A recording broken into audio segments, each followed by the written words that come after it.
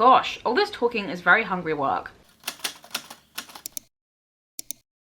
Hello everybody, welcome back. If you're new, then hello, my name's Abby. Lovely to have you with us. On this channel, we talk about books all the time and we love it. And for today's video, I am going to be doing my January wrap-up, aka how many books I managed to read in the month of January, which for some reason this year has actually felt like the longest month of my life. And if I'm being honest, I really thought I'd read more books than I have, so that's kind of disappointing. But like I said in my last video, I'm trying my best to be kind to myself and not put so much pressure on myself to read a certain amount of books every month, because that just takes all the enjoyment out of reading. It's not what reading is about. Reading isn't a competition. Everyone goes at their own pace. Everyone reads very differently. I know that it can be hard to come onto Booktube and see creators reading 20+ books a month and just think, how have I not lived up to that? How have I paled so much in comparison to other people? That's not a healthy mindset to have. That's not helpful to anybody, especially not for yourself. And nowadays, reading is such a personal experience. It's such a personal thing that we can't be setting all these unreasonable expectations of ourselves. You know, we have to take a step back, enjoy ourselves, and be happy, because reading is our hobby. Passionate speech out of the way. It's time to tell you about the books I read January 2025, and to indeed discover if I did stick to the set TBR I set for myself at the start of January with the random prompts from the jar that I picked. Wow. I feel like I just spoke about a mile a minute then. I'm so sorry. In January, I ended up reading a total of 6 books. One of them I actually snuck in last minute to my TBR because it was released. I'm sure you can guess which book it was, but for some reason at the start of the month, I just completely forgot that it was coming out. And when it did turn up, I just had to put all of my other books that I was reading on hold and just get straight through it. There was nothing that was going to stand between me and that book. I will do this chronologically, and we will go back to the very start of January, where I was just on the tail end of finishing the Mistborn trilogy. Which of course means the first book that I finished in January 2025 was The Hero of Ages by Brandon Sanderson. And what a book to open the year, let me tell you. I have not been quiet at all about my love for this series. I think it is one of the best things that I've ever read, and I will now talk anybody's ear off who is willing to listen to me talk about Mistborn, the trilogy. I think I underestimated just how many fans there are of the Brandon Sanderson cosmere, and to discover that world and to discover that community felt so welcoming and so warm. I absolutely loved it. I never want to leave. I'm going to make it my mission to read every Brandy Sandy book in 2025. You heard it here first. This is not a small book. This is not a small trilogy, and I read them so fast. I actually couldn't put them down. Like, the plot twists were absolutely insane. It was just all wrapped up so perfectly. There were links back to the first book that I hadn't even blinked an eye at the time, but then they came out in this book. And I was reeling, my head was reeling. I was like, how has he done that? How has that gone so far under my radar that I didn't even whiff a scent of this that was coming? And I don't want to say anything too deep about it because I don't want to give it away if anyone's not read it. And I think you can't really talk about the third book in a series without talking about the first or the second. But this is a January wrap-up. So this is the only book I read in January. But what I will say is this magic system, this world building is so much fun. It's so unique. In this world, magic is gained by certain people who can ingest metals and gain a certain power from each one. And then there's a Mistborn who can use all of the metals all at once and become this kind of unstoppable force. Unless, of course, they have no metals, which is something I loved. I love the fact that magic could be gained and taken away just as easily, which made it so much more fun, so much more unexpected. Just kind of equalized the playing field that could have become really boring and repetitive. There are so many characters in this book that I love so much. I think about them every day. I think about them all of the time. If anybody gives me a chance to talk about these characters, I will talk about them like they are my own children. I am that proud of them. I'm that fond of them. I think years down the line, you could ask me a specific question about this series or something that happens and I'd be able to answer you without hesitation. That's how much I love this series. That's how much I love this trilogy and this book. I was not for a second worried going into this book that I was going to be let down. The writing, the world building, the characters, the plot was so strong the whole way through the series. I was never bored. There was never a moment I doubted that I wasn't going to enjoy this book. There's nothing better than being able to pride yourself in guessing plot twists and things that are going to happen, but I did not guess a single thing in this book. And even better, the plot twist and the plot wasn't done in a way that was inconceivable to the story. It wasn't just thrown in last minute for shock factor like happens in so many books. It was so carefully, well thought out. Like, as I said, this book gained physical and vocal reactions from me, and I loved it.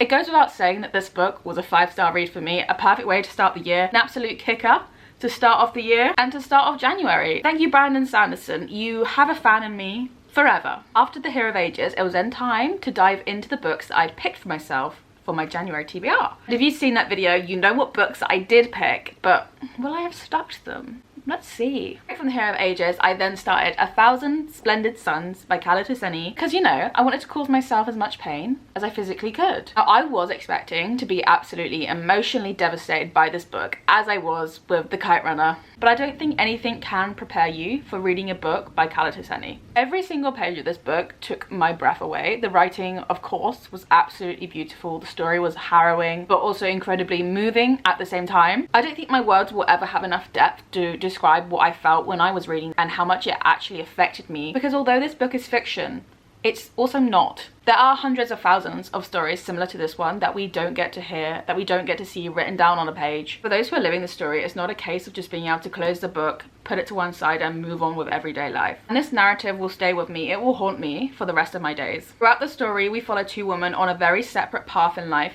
whose stories tragically become entwined in a way they would never ever expect. At the start of the story, we follow Mariam, who at 15 years old is forced into a marriage and has to move to Kabul. 2 decades later, we are introduced to Layla, a local teenager who lives in the same village that Mariam has moved to. As the Taliban are taking over Afghanistan, these two women are forced into each other's life, become as close and entwined as mother and daughter. It absolutely devastated me, I can't lie. It's a weird one for me to say that I enjoyed this book, because I didn't, but it was one of the most beautiful and meaningful things that I had ever read, and probably one of the easiest 5 stars that I've ever given to a book. I wish more than anything when I was reading this that I had tabs and I was one of those person who tabbed books, because every page I would have had something to say. I'd love to have gone back and like reflected on those points, but I think I was just so wrapped up in the story and in the motion of the story that I wasn't even pausing for breath when I was reading this. Honestly sensational, one of the most beautiful things I've ever read, and I can now see why everybody was warning me to read this with a packet of tissues handy. So thank you. At this point in the month, I was still very much on that Brandon Sanderson hype train. No one is going to be able to remove me from this train. One of the prompts allowed me to pick this book, so I dove straight into it after that. And it is, of course, Warbreaker by Brandon Sanderson. Now, I was actually quite surprised by how long it took me to get through this compared to the books in the Mistborn trilogy, which were the same size, if not even bigger than this. I was expecting to fly through this in 3 days maximum. It actually took me 2 weeks. It's not because I didn't enjoy the story or feel immersed in the world. I don't know, I just felt like something was lacking and I wasn't as desperate to pick it up and to read it as I was with Mistborn. I think that could be quite a harsh comparison because I believe this one did come out several years before Mistborn. They can't really be compared on the same level because this is a standalone book. That being said, the magic system in this was incredible. I was eating it up. It was actually unlike anything that I was expecting or had read before. In this world, everyone's born with one breath, but you can trade those and collect breaths to reach a certain level of awakening. You also have the gods in this universe who, after their death, have been returned to life due to completing some valiant act in their present life. At the heart of this story though, we have 2 sisters, one sent off to marry the God King and the other who sets herself on a mission to rescue said sister. I really enjoyed the character arcs in this book. That was one of the best things for me when I was reading it, but I don't think there was enough depth to the plot for this to be a 600 or so page book. I thought it was too long. Although I did enjoy the narrative arcs and the classic Brandon Sanderson reveals, it just didn't hit the same. I feel like I'm saying that and it sounds like I'm being really negative about it. I'm not. Of course I loved reading it. It's Brandon Sanderson, duh. But yeah, it wasn't to the same level, as I've said, as Mistborn. I know you're all probably shouting at me, that's unfair, that's unfair. It's just my opinion. I would say it really started to pick up about 80% in. But yeah, I still felt like that wasn't really enough to warrant the length of the story. I did enjoy the magic system, I did enjoy the world, and I would like to see more stories set in this world, to be quite honest with you. My third read of January was indeed Warbreaker by Brandon Sanderson. Gosh, all this talking is very hungry work. We've now reached the halfway point of this video, which is also the point where this book turned up on my doorstep and I dropped everything to read it. It needs no introduction. I think you know exactly what it is already. It is, of course, Onyx by Rebecca Yarros, the 3rd book in the Imperium trilogy. Now, I am prepared for some of you to be very upset with me, and that's okay. I can never come on here and lie about the way I feel about a book because 1, you'd be able to tell, and 2, I just wouldn't do it. To this day, I stand by the fact that Fourth Wing was one of the most fun and enjoyable books that I've ever read. The plot was so fast paced, I understood every second what was going on. There was no filler, the characters were doing their thing, the dragons were being their dragon self, the romance was popping off. I was enthralled. I was obsessed. I was on that hype train and I wasn't getting off. Now, Iron Flame, I liked. I didn't think it was the strongest book I've ever read. I thought the plot was a bit repetitive. But Onyx Storm, I thought was just kind of a repetition of Iron Flame. But at this point, I wasn't as invested in the characters. I was still very excited when it turned up at my door. I was excited to read it. I was excited to find out what happened and where Rebecca Yarros was taking the story, taking that plot. But I just felt like it didn't go anywhere. I've seen a lot of people talking about the info dumping and the name droppings and just being overly very confused. And I've seen a lot of people kind of clap back at that. But I felt like it genuinely was very overwhelming to go into this book and just have a lot of plot and characters' names and place names dropped on you. Like, I felt so silly when I first started reading this book. I was like, have I genuinely missed an entire book that I was supposed to know, that was supposed to have given me all of this information? I was voice noting with my friends like, please can you explain what's happening to me, because I actually have no idea. There were some very strong points for me in this book, and I always love the banter and relationships with the dragon. That's always the highlight of the book for me. But Violet and Xaden had kind of lost their impact on me when I was reading Iron Flame, and in this book I just found myself even less interested in them, if I'm honest. My favourite characters were the side characters in this book, and I do think the bare bones of this story and of this narrative were incredibly similar, if not the same, as Iron Flame. Thinking about the arc of the story, it felt very, very similar. I don't know if anyone else agrees with me. I know this book is so popular and I am one of the fans. I am one of the fans of this book and of this series. And of course, I'll read the next one. I will. I'm not gonna lie. I feel like 70% in is when I started to get invested in the story and when I couldn't stop turning the page. That's when I knew I was gripped, finally. I don't think for the first 60-70% of the book I was that bothered about what was happening, keeping on track of what was going on even. There's so much more I could say, but I don't want to spoil anything that happens in this book. I of course have my theories about the ending. Of course the last page had to be gagged. I think my love and affection for this series will always be there, but I think its impact lies mainly within the first book of the story, Fourth Wing, which for me hasn't been topped since. But I am excited to see where the story goes. I think as well, when you're anticipating a book so much, you are a bit more critical, if not overly critical of it. So maybe that's what's happened here. I still stand by the points that I've made and what I've said about it. So yeah, let me know what you thought. Please don't attack me, it's just my opinion. It doesn't mean it's right, it just means it's mine. Now, I need everyone to be seated for the next book, and I need you all to listen very carefully to what I'm about to say to you, because this could potentially be my favourite book of the year. Well, whatever happens, it's going to be one of my favourite reads of the year. It's going to be one of my favourite books of the world, of all time. Maybe. That's a claim. You're going to want to read it. You're going to want to stick around to find out what it is. And you're going to want to listen to everyone who yaps about how good this book is, because they're telling the truth. It is Silver Elite by Danny Francis, and this book comes out in May of this year, which is also quite frustrating because I would love to yap to anybody and everybody who will listen to me and chat about this book with me. Guys, the dystopian era is so back. It's so back. This book made me feel like it never even left. It had everything I wanted it to have, and I was so pleasantly surprised by how much I loved it. In this futuristic dystopian universe, we have the mods and the primes. The continent is ruled by the primes, and being a mod is illegal, but only if you're found out to be a mod. To be a modified means that you have certain abilities, and of course there's an uprising, there's a rebellion. Ren Darlington, our main character, is a modified, but she's not just any modified. Oh no, she has many special abilities and capabilities, but after some horrific circumstances take place in this book, she is forced into training to be one of the Silver Elites, one of the most elite soldiers you can be on the continent. That means she has to pose as a thing that she hates most, a prime. Does that just not sound like the perfect dystopian fiction book?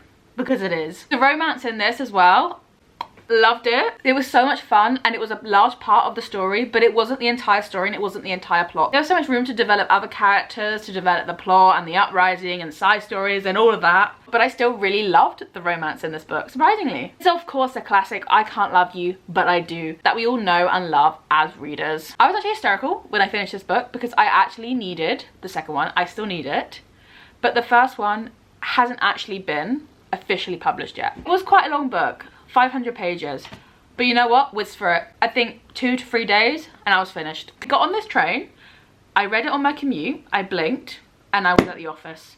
That's how absorbed in this story that I was. An absolute easy 5 stars, and yeah, I definitely had a very good January, and this book was just the icing on the cake because I absolutely devoured it. So yeah, I'm gonna need you all to go away, read this, come back and tell me what you thought, because yeah, I'm gonna be sitting on this one for a while. Last but definitely not least, and the final book that I read in January was Bloodlines by Richelle Mead. If you're new here, you won't know about my Vampire Academy obsession.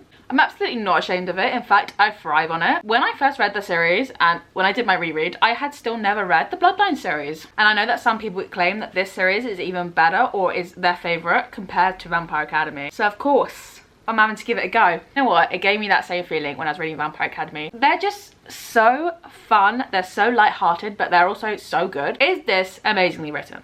I would argue not. Is it still absolutely incredible? Yes, it is. I don't know what else to say. Book ratings are just personal vibes. They're personal opinions. No one's going to tell me that this book doesn't deserve my 4 stars. No one's going to do that, because it does. If you're familiar with Vampire Academy, then you'll know the character of Sydney, who is our main protagonist in this story. She is an alchemist who are responsible for dealing with the human and vampire interactions in this world. Should I say making sure those interactions don't happen. Basically keeping the vampiric world and the human world separate, which also means they're very scared and believe vampires to be abhorrent and wrong. Apart from our Sydney, who is learning to live with them and to feel affection for them. I don't know if it's fueled on nostalgia, I don't know what it is, but I am addicted. I'm gonna carry on reading this series because I need to know what happens. I always think the first book, it's just a stepping stone. It's just a starting point. There's so much more to read. There's so much more to discover. And the story could go in any direction from here. I don't think there actually is much more I can say about this book because I know it's not going to be everyone's cup of tea, but it's certainly mine and I loved it. I had a great time and it was a great way to end January. Everybody say thank you, Richelle Mead. And that concludes all 6 books that I read in the month of January. If you have cross-checked me for what I said I would read in January, you'll notice that the only book that I failed to get to was Lolita. And I'm not surprised by this fact. I think it was quite ambitious for me to pick that book in the first place. I was a bit apprehensive about choosing it. Am I disappointed in myself? Not really, maybe a little bit. I still do want to read it and I don't know if I'll give myself another opportunity to. So that's kind of annoying. But I'm really proud of myself. I think January is a tough month. It's dark, it's miserable, it's cold. It kind of zaps the enjoyment out of you after Christmas, which is such a high. Like I said at the start of the video, it can be very demoralizing to come on here and see how many books your favorite creators are reading and see that yours is pale in comparison. But don't feel like that, because I also too feel like that. But like I said, I'm trying to give myself some grace. I work a 9-to-5 job and sometimes in the evenings you don't really feel like using your brain any more than you have during the day. So reading can be quite a challenge. Striking that balance alongside socializing, exercising, taking more time for hobbies, sleeping, seeing family, seeing friends, all of that, it all contributes to a very busy lifestyle. And I think, in my personal humble opinion, 6 books for me was a huge success. And I get to read so many exciting books next month. I already have read a very exciting book, so I can't wait to talk about that in my February wrap up. But until then, thank you so much for watching. If you have watched all the way through, then thank you so much. I really do appreciate it. Please make sure to subscribe to my channel, like this video, leave a comment. It really, really does help me out and I appreciate it so, so much. So yes, thank you so much for watching and I will see you on Sunday for a new video. Thank you so much. Bye!